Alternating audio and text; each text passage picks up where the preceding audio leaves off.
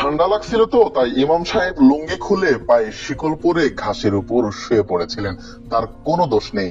তার জায়গায় আপনি হলেও এমনটাই করতেন, আমি নিজেও তাই করেছিলাম। প্রিয় দর্শক, কথাগুলো বলেছেন কানান্তরের সম্পাদক আব্দুল হক সাহেব। তিনি মিথ্যা অভিযোগে তার উপর টর্চার করার লোমহর্ষক বিবরণ দিতে গিয়ে লিখেছেন, মিন্টু রোডের ডিবি অফিসে ওরা আমাকে দুপাতা ছাপা কাগজ দিয়ে বলেছিল এটা ভালো করে মুখস্থ করো, ম্যাজিস্ট্রেটের কাছে ঠিক এভাবেই বলতে হবে, না বললে ফের রিমান্ডে আনবো। এই যে রিমান্ডের আবেদন সাথেই আছে। শুরুতে আমি বলতে চাইনি, ফলে আমাকে পরপর 4 বার 5 দিন 3 দিন 2 দিন 1 দিন করে রিমান্ডে নেওয়া হলো। শেখানো কথা যখন বলতে রাজি হয়েছিলাম তারপরই শেষ হয়েছিল রিমান্ড। পুলিশ কত খারাপ হতে পারে আমি জানতাম, তবে যা জানতাম না তা হলো সাংবাদিকেরা তার চেয়েও খারাপ। এরা ইতর শ্রেণীর জীব। পুলিশের ডিবির র্যাবের মিডিয়া সেন্টারে নিয়মিত সংবাদ সম্মেলন হয়। পুলিশ যা বলে যা লিখে দেয় খবরজীবী ইতর জীবেরা ঠিক তাই ছাপে। এসব আমার নিজের চোখে দেখা। প্রিয় দর্শক, সম্প্রতি আমাদের চোখের সামনে কতগুলো ঘটনা ঘটে গেল। আশামনির ধর্ষণ, মুহিবুল্লাহ মিয়াজির অপহরণ, এসব নিয়ে দেশের হলুদ মিডিয়া কোনো নিউজ করেনি। এমনকি কথিত মুসলমান মাজলুমদের সংবাদ মাধ্যম আমার দেশ পত্রিকাও। কিন্তু যখন আশামনির ব্যাপারে পুলিশ মিথ্যাচার করে তাদের ভেরিফাইড ফেসবুক পেজে 2 বার পালিয়ে যাওয়ার মিথ্যা পোস্ট দিল, তারপরই দেখাতে লাগলো হলুদ মিডিয়া তাদের নিকৃষ্ট রূপ।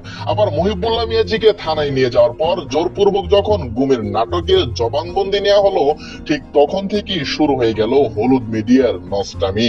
মুহিবুল্লাহ মিয়াজির অপহরণের ঘটনাকে নাটক প্রমাণ করতে গতকাল কালের কণ্ঠ 1 ঘন্টার মধ্যে 3টা নিউজ করেছে।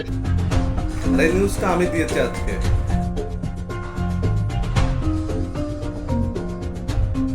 কথিত মাজলুমের মিডিয়া আমার দেশ পত্রিকাও দিল্লির দালালি করতে গিয়ে ইসকন কর্তৃক মুহিবুল্লাহ মিয়াজির সুস্পষ্ট অপহরণকেও নাটক বলে নিউজ করেছে। প্রিয় দর্শক, হিন্দু সম্প্রদায় তাদের সভা সমাবেশ কিংবা আন্দোলনে মশাল মিছিল করলে এবং তাদের ধর্মীয় উৎসবে দেশি বিদেশি অস্ত্রের মহড়া দিলেও হলুদ মিডিয়া এগুলো উৎসব বলে চালিয়ে দেয়। এদিকে ইসকন বিরোধী আন্দোলনে খেলনা বন্দুকেও জঘন্যভাবে উপস্থাপন করে, এমনকি প্রশাসনও গ্রেফতার করে।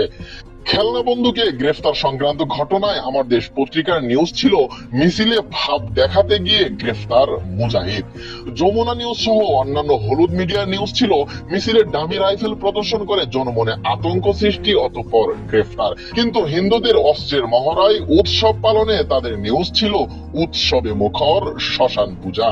প্রিয় দর্শক, একবার ভেবে দেখুন এই পুলিশ প্রশাসন ও হলুদ মিডিয়া কত নিকৃষ্ট জাত। অনেকে বলেন পুলিশ আর হলুদ মিডিয়া হলো শুক্রাণুর মতো, যা কোটিতে 2-1টা মানুষ হওয়ার সম্ভাবনা থাকে। তাই হলুদ মিডিয়া ও প্রশাসন থেকে যথাসম্ভব দূরে থাকুন। এদের কবলে পড়লে হয়তো আপনার সুন্দর জীবনটারও ইতি ঘটতে পারে। প্রিয় দর্শক, মাজলুম উম্মার জন্য কাজ করা আমাদের এই মিডিয়াকে এগিয়ে নিতে আপনার সহযোগিতা একান্ত প্রয়োজন। লাইক, কমেন্ট, ফলো করুন, বন্ধুদের ইনভাইট করুন, নিজ টাইমলাইনে প্রমোট করুন।